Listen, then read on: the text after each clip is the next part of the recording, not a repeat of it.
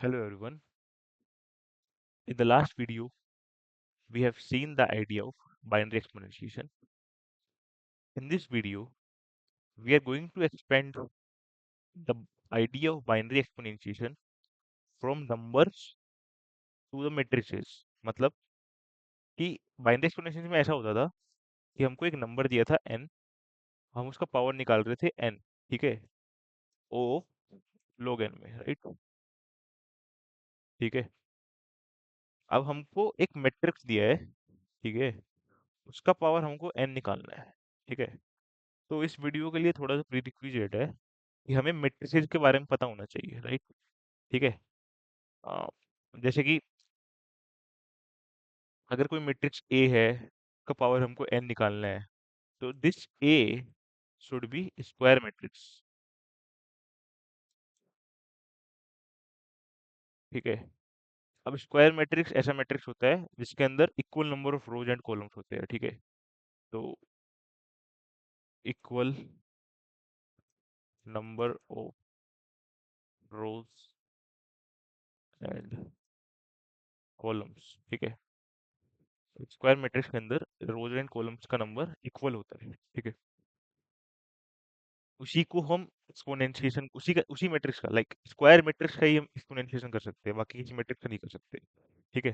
तो पहला प्रीरिक्विजिट तो ये है कि हमें ये पता होना चाहिए, ठीक है। दूसरी थिंग है, we should know how matrices are multiplied, we should know about matrix multiplication. I hope you have an idea of matrix multiplication because it's very basic thing, right,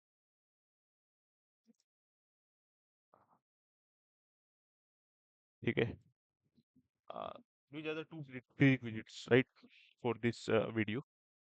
First is we should know about what a square matrix is, and second is we should know about matrix multiplication. ठीक है. So if we have a square matrix, ठीक है, उसके अंदर m रोज है और m ही columns है, ठीक है। तो अगर किसी मैट्रिक्स को n टाइम्स मल्टीप्लाई करना है, ठीक है, like a of n is nothing but namely a into a into n times, right, ठीक है। तो लाइक अगर हमारे पास दो नंबर्स होते, ठीक है, उन्हें हम मल्टीप्लाई कर रहे थे, तो वो कांस्टेंट टाइम ले देते, ठीक है। These are taking constant time, this operation is will take constant time, ठीक है। अब अगर हम दो मैट्रिसेस को मल्टीप्लाई करेंगे, ठीक है, that will take O M cube time, right, where M is nothing but this number, number of rows और नंबर ऑफ कॉलम्स, ठीक है। और उसको हम अगर n टाइम्स कर रहे हैं, तो इसका नेव एल्गोरिथम का टाइम कॉम्प्लेक्सिटी हो जाएगा O of m cube into n, ठीक है। हम्म so if we expand our idea of binary exponentiation to the matrices, we call that algorithm is matrix exponentiation,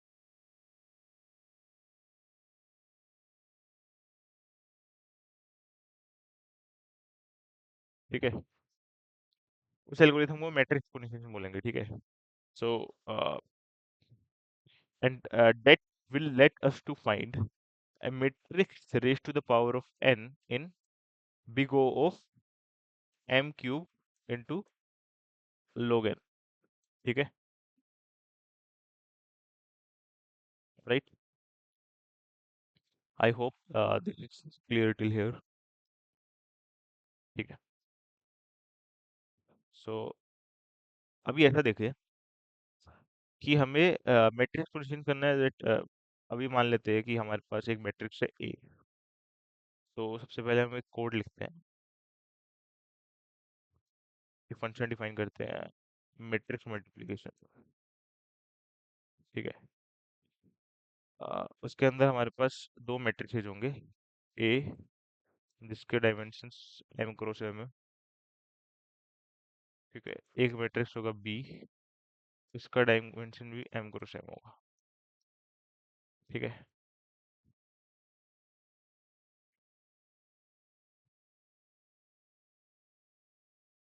ठीक है, तो हम ऐसा कर सकते हैं ना, एक मैट्रिक्स होगा C that will store the resultant of both the matrices, like what is A into B, ठीक है, तो इसका डायमेंशन भी m क्रॉस m होगा, ठीक है। तो 4 I goes from 0 to m minus 1, 4 K goes from 0 to m minus 1, and 4 J goes from 0 to m minus 1, ठीक है। C of ij, C of ij equals to, sorry, plus equals to A of I comma k into uh,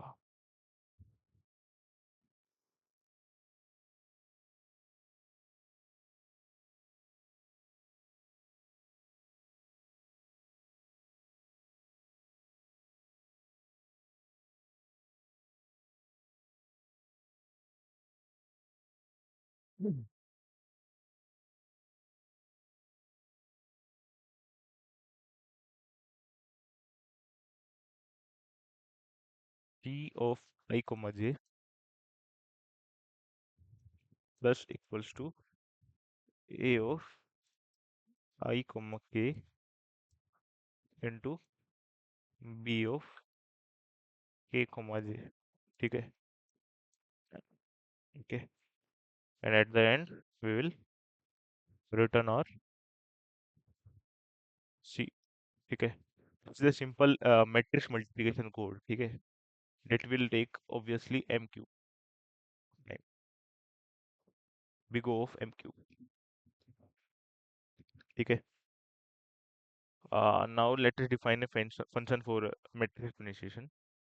So def matrix exponentiation will have a matrix of m cross m, ठीक है,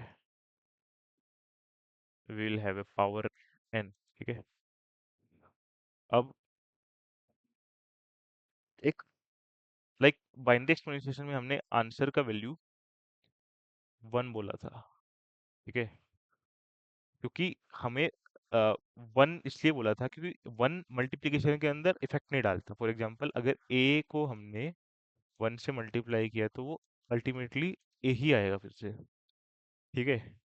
तो matrix के case में 1 का काम कौन करेगा, ठीक है।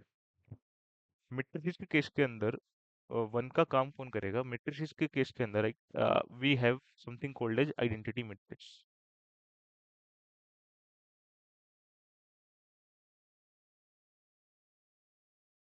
ठीक है। What is an identity matrix?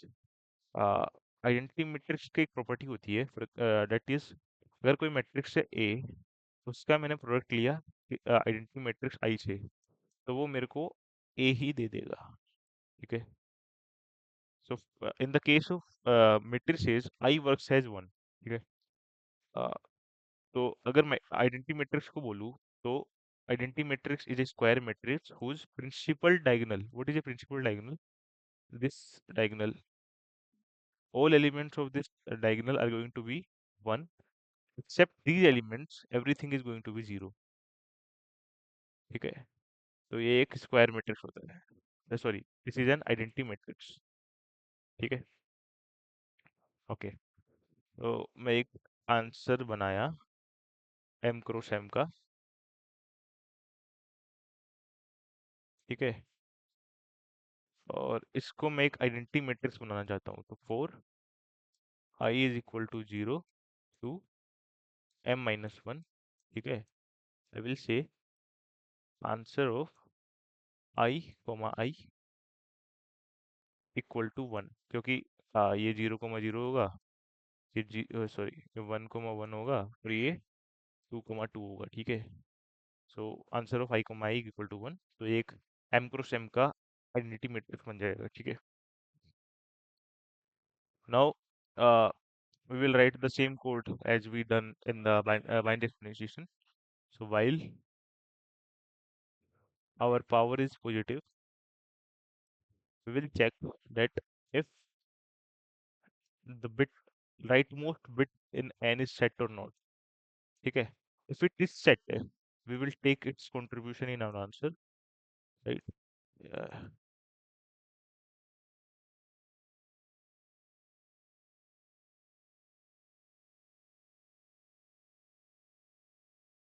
ठीक है? We will do a square, right? So a is equal to a comma a. ठीक है? Then we will right shift the bit. ठीक है? And at the end we will return our answer.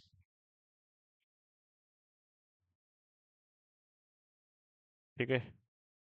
So what we have done in this algorithm, we used matrix multiplication two times. We are using and this while loop will run n times. So the overall time complexity of this algorithm is going to be big O of m cube times log n. Okay, so this is nothing but the idea of matrix exponentiation. I hope it is clear to you all. Okay, now you guys are going to ask me why we are interested to find a number raised to the power n or a matrix raised to the power n.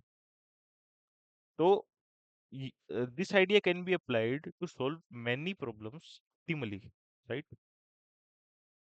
For example, uh, let us solve a problem that is climbing stairs. You can find it in lead code. Climbing stairs.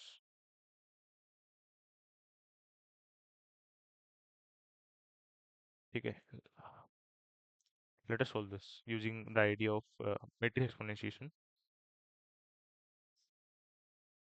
So the problem says that there are n stairs.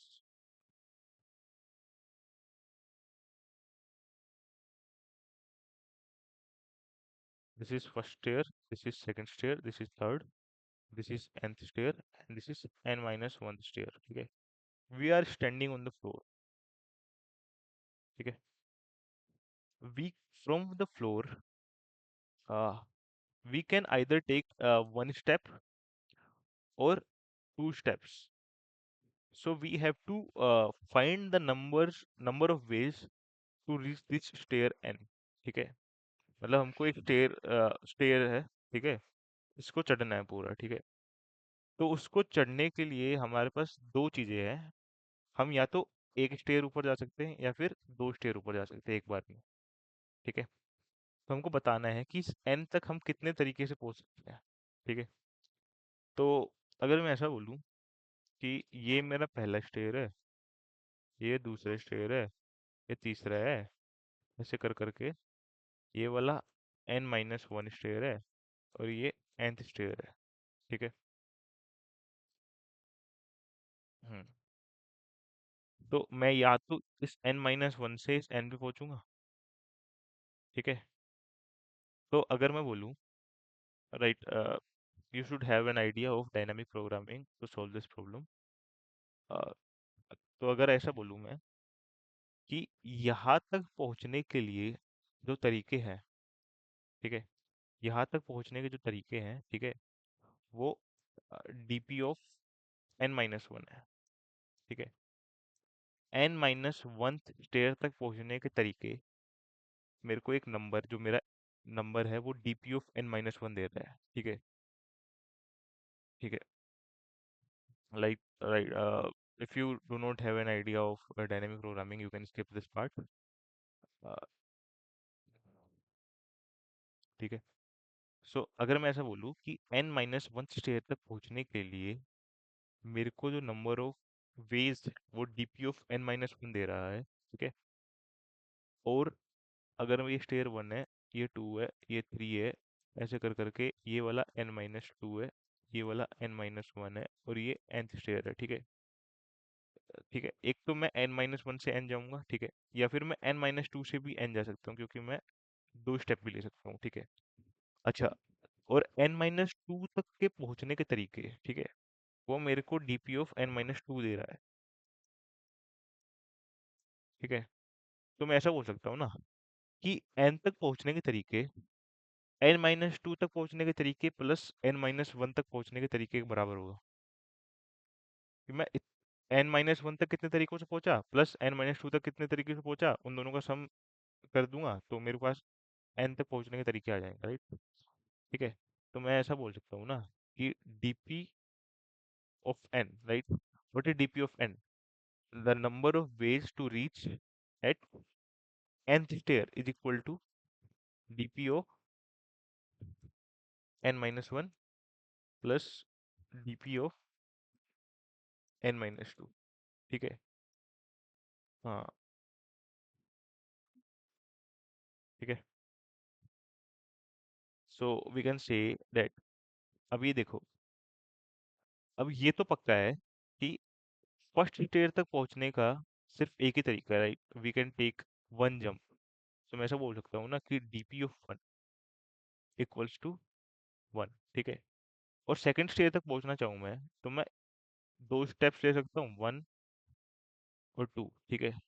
तो एक तरीका तो हो गया कि मैं one एक एक के दो स्टेप लूँ, या फिर मैं एक बारी में दो का ही स्टेप ले लूँ, ठीक है। तो मैं ऐसा बोल लूंगा कि dp ऑफ टू जो है वो टू हो गया, ठीक है। So I can say if we have an array dp of size n, we can say that dp of 1 equals to 1, dp of 2 equals to 2, ठीक है। for I equals to 3 to n, ठीक है, dp of I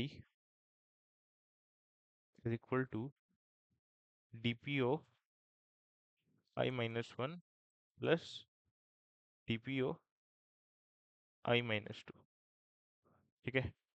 and at the end we can return dp of n, ठीक है। now what is the time complexity of this code? What is the time complexity of this code, ठीक है। This for loop will run around n times, so it has a linear time complexity, ठीक है, of n, ठीक है। But can we do better for this problem? uh,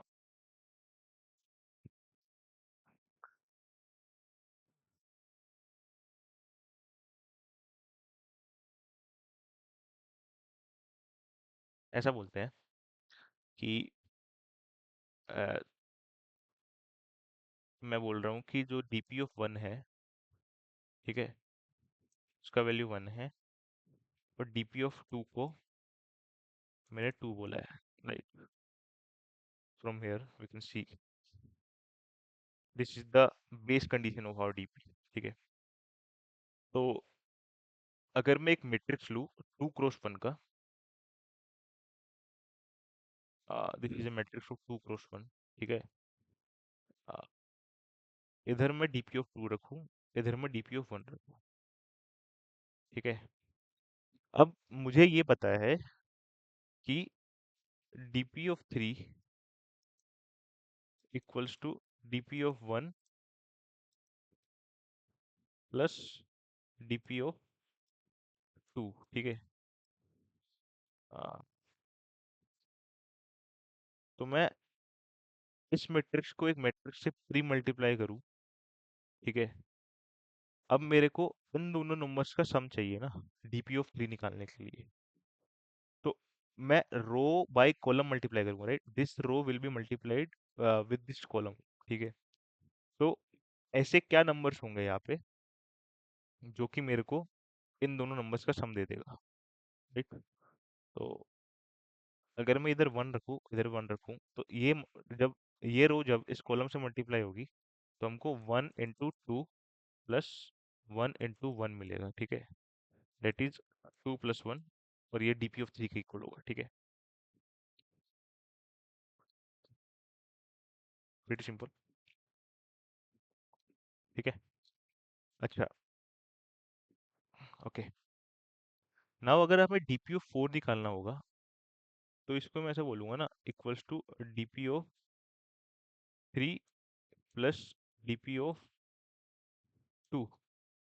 तो यहाँ अगर DP of 3 आएगा, ये अभी डीपी ऑफ 2 है। ठीक है। यहाँ अगर डीपी ऑफ 1 है। ठीक है। तो अगले स्टेप के अंदर ये दोनों प्लस हो जाएंगे and we will get DP of 3 here. ठीक है। तो डीपी ऑफ 4 निकालने के लिए हमें नीचे क्या चाहिएगा? डीपी ऑफ 2 चाहिएगा ना, मतलब इस जगह पे उसके बाद डीपी ऑफ 2 आना चाहिए। तो इस जगह पे डीपी ऑफ 2 कैसे आएगा? इफ वी से कि हमें इसकी जरूरत तो है क्योंकि ये डीपी ऑफ 2 है, बट इसकी हमें कोई जरूरत नहीं है उसके बाद। ठीक है। तो मैं यहाँ पे 1 ले लूंगा और यहाँ पे 0 ले लूंगा, क्योंकि जब इस रो को हम इस कॉलम से मल्टीप्लाई करेंगे तो हमें मिलेगा 1 into 2 प्लस 0 into 1। ठीक है। तो अल्टीमेटली इस जगह पर ये 2 चला जाएगा उसके बाद। ठीक है। तो हम ऐसा बोल देंगे कि यहाँ पर अगर डीपी ऑफ 3 है, यहाँ पर डीपी ऑफ 2 है। ठीक है। तो ये जो चीज़ है ये इक्वल होगी 1 1 1 0, this matrix multiplied with DP of 2। ठीक है। And DP of 1। ठीक है। अच्छा। But we are required to find the value of DP of n। ठीक है। ठीक है। तो अभी ये जो रिजल्ट आएगा वो ये आएगा। ठीक है। अब इस वाली मैट्रिक्स को मैं फिर से प्री मल्टीप्लाई करूँ इस मैट्रिक्स से। ठीक है। तो मेरे पास फर्स्ट ये एलिमेंट जो है वो डीपी ऑफ 4 बन जाएगा, फिर से करूँगा डीपी ऑफ 5 बन जाएगा। तो इसका मतलब ये है कि अल्टीमेटली हमें इस मैट्रिक्स से मल्टीप्लाई करना है। ठीक है। तो एक बार मल्टीप्लिकेशन करने से हमें डीपी ऑफ 3 मिल गया। ठीक है। मतलब एक बार मल्टीप्लाई करने से हमें डीपी ऑफ 3 मिला। ठीक है। तो n-2 टाइम्स मल्टीप्लाई करने पे हमें डीपी ऑफ n मिल जाएगा, राइट? तो मैं ऐसा बोल सकता हूँ ना कि अगर यहाँ पे डीपी ऑफ n हो।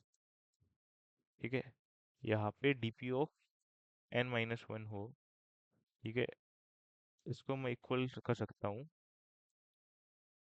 1 1 1 0 raise to the power n-1, sorry, raise to the power n-2 into, ठीक है, डीपी ऑफ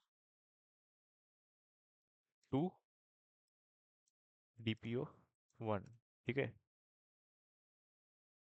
हाँ, ठीक है। अब this can be done in logarithmic time. So we have improved this, right? This is taking of n time, and this will only take how much time? Logarithmic time. ठीक है। So let us write the code. Suppose करते हैं हमारे पास एक 2 by 2 का matrix है A। ठीक है। That is 1 1 1 0। ठीक है। ठीक है। अब what I need to do, I want this A raised to the power of n-1 n-2। ठीक है। A equals to matrix exponentiation uh, of A raised to the power of n-2। ठीक है। आ, तो ये n-2 टाइम्स जो होगा वो हमें A के अंदर स्टोर करा लेंगे फिर से। Then we just want the first value, right? इसी वैल्यू से मतलब हमें। ठीक है। तो ये जो वैल्यू होगी वो क्या होगी?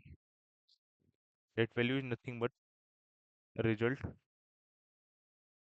Is equal to this column after doing exponentiation multiplied with this this row multiplied with this column, sorry, this row will be multiplied with this column. So this is at 0 comma 0, this is at 0 comma 1, ठीक है, this thing is at 0 comma 0 and this is at 1 comma 0, ठीक है। इसको मैंने कुछ initial matrix बोल दिया, कुछ भी बोल दिया बी, ठीक है। तो हमें रिजल्ट जो मिलेगा वो मिलेगा ए ऑफ 0 comma 0 मल्टीप्लाइड विद ये जो भी था, ये कितना था, ये 2 था, राइट, ठीक है। तो इसको बोल दिया into 2 plus A of 0 comma 1,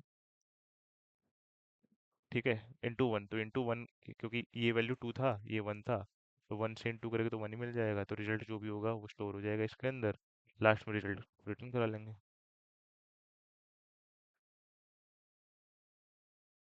ठीक है।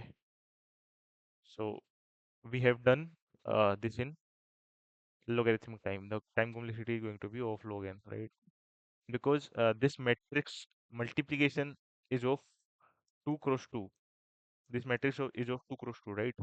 2 cube is 8. So m cube is equal to 8. So O of 8 log n, that is ultimately equals to O of log n. ठीक है, सो मैट्रिक्स एक्सपोनेंशिएशन को हम लीनियर रिकरेंसेस को जिन प्रॉब्लम्स के अंदर linear recurrences, ठीक है, this thing, where is that written, ये जो चीज़ है ये एक लीनियर रिकरेंस है, ठीक है। जिन प्रॉब्लम्स के अंदर भी लीनियर रिकरेंस बनेगा, ठीक है, उन प्रॉब्लम्स को ऑप्टिमाइज करने के लिए हम मैट्रिक्स एक्सपोनेंशिएशन का यूज कर सकते हैं, ठीक है। So that's all for the video, bye bye.